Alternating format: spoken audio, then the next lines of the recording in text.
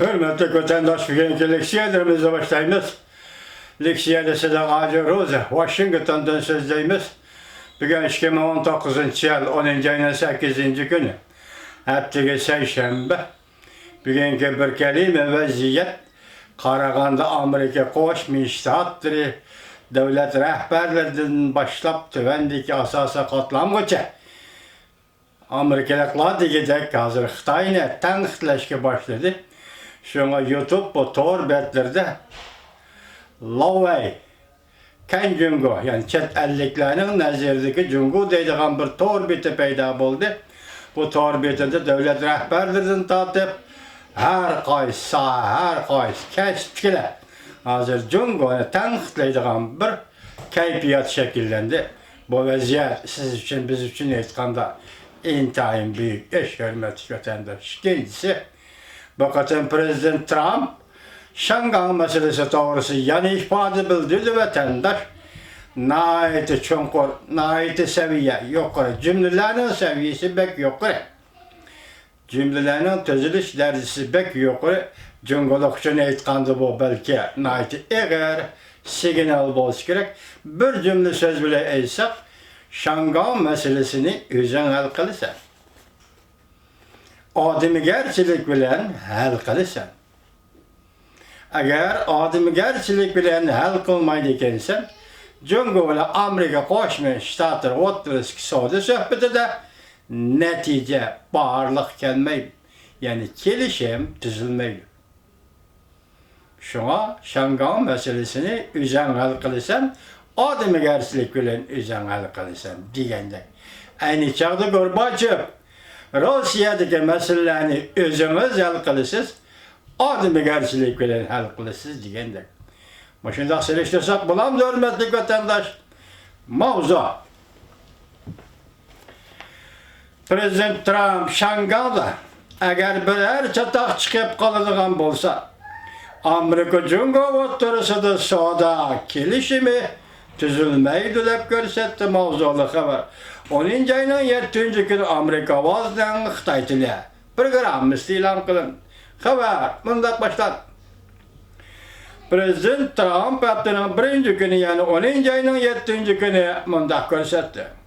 Şangan meselesinin yani Hong Kong meselesinin ademigerçilik bilen hal kılınışını ümit kılıman. Prezident Trump agahlandırıp mundak ko'rsatdi. Eğer Şangan'da, Hong Kong'da yaxşı bolmagan akıbetler kelip çıkıdı iken, siyaset cihetten aytganda Amerika Jungo iki devlet o'rtasida savdo kelishimi imzolanmaydi. Prezident Trump Oqsaroyda Roosevelt nomidagi ishxonasida Amerika Yaponiya savdo kelishimiga imzo qo'yib bo'lgandan keyin muxbirlarning so'ragan savollariga javob berganda shunday dedi. Prezident Trump yana bir qatam bunday ko'rsatdi. Jungo'nun reis Xi Jinping'in Şangan namoyishchilari bilan yüz ko'rishishini umid qilaman. Şangan namoyishchilari namoyish qilish mezgilida Amerikaning bayrog'ini ko'targanligi va boshqa lozunkalarni ko'targanligi Prezident Trumpga qattiq ta'sir qoldirdi. Prezident Trump bunday dedi: biz o meselenin butunlay ademigerçilik yolu bilen hal kılınışını ümit kılımız. Biz yani Şangan meselesinin butunlay ademigerçilik yolu bilen hal kılınışını ümit kılımız. Ben şundak hal kılınışını ümit kılımım. Biz bilimiz ki Şangan yani Hong Kong intayin mühim. Şangan xalqaroning tuguni Jungo'ga emas. Butun dunyoga ham shunda. O tarafda yani Şangan'da intayin yaxshi odamlar bor. Qaranglar, ular Amerikaning bayrog'ini ko'tardi. Ularning qo'lida lozunkalar bor, shuar yozilgan taxtaylar bor. Jungo'ni qudrat topqizimiz deb yozilgan. Şanganı kudret tapkızımız dep yazılgan. Men deymen. O lozunka ve şuar yazılgan taxtılarını bana berinler. Ulanın şuarlı ölgülük şuarladın, alqıgan şuarladı. Ölgülük şuarladın, alqıgan şuarladı. Bizden devletimizni yaxşı görüş, derdisten alqıp ketken, yaxşı körgen işte. Ula nurgun Amerika'nın bayrağını götürgen. Mine sözlerimde nurgun lozunkaları yazgan.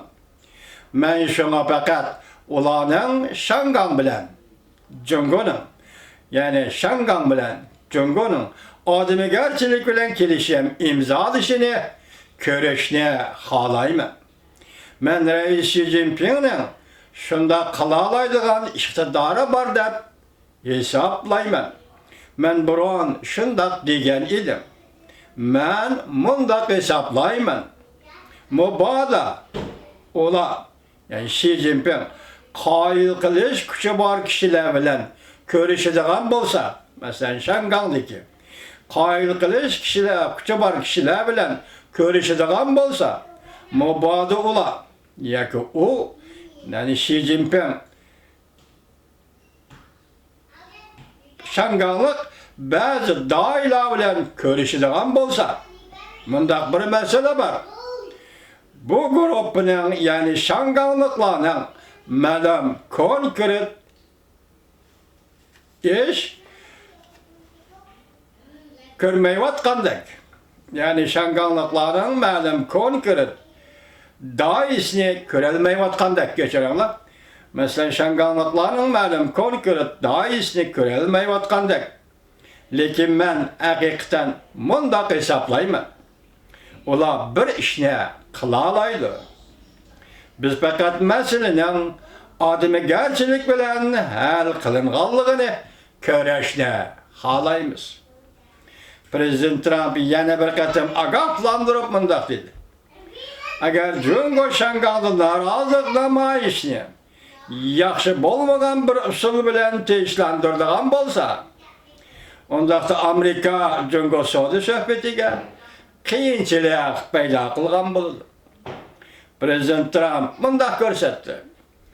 Eğer yaxşı bolmagan bir vaka yüz berdiğin bolsa Şangang'da eğer yaxşı bolmagan bir vaka yüz berdiğin bolsa, Amerika Cungo söhbetiga intayın paydasız buldu. Siyaset cihati intayın qiyin bir iş buldu. Belki bizge, belki başka bir kimlerge, belki Xi Jinping'in özüge qiyin buldu. Belki bizge, belki başka bir kimlerge, belki Xi Jinping'in özüge qiyin buldu. Men mundaq hesaplayman. Ula meseleni tinç yolu bilen hal kılış gerek. Mesela Şangay bilen Beijing meseleni tinç yolu bilen hal kılış gerek. Prezident Trump burun hem meseleni adımı gerçelik bilen hal kılış, sadık gelişimi imzalaşkı yardımı buludu dep görsetken. Amerika Cungo sadı söhbetini essi keltir. Söhbet Perşembe ve Cuma günü 2 gün ötküzülüdü. Yani bu başta ettik Prezident Trump'dan Şangay meselesi doğrusu qayt ifade bildirişi. Endi növbet sizge geldi Cungoluk efendi. Hazır Prezident Trump nime deydi? Siz adımı gerçelik yolu bilen Şangay meselesini tinç yolu bilen hal kılısın.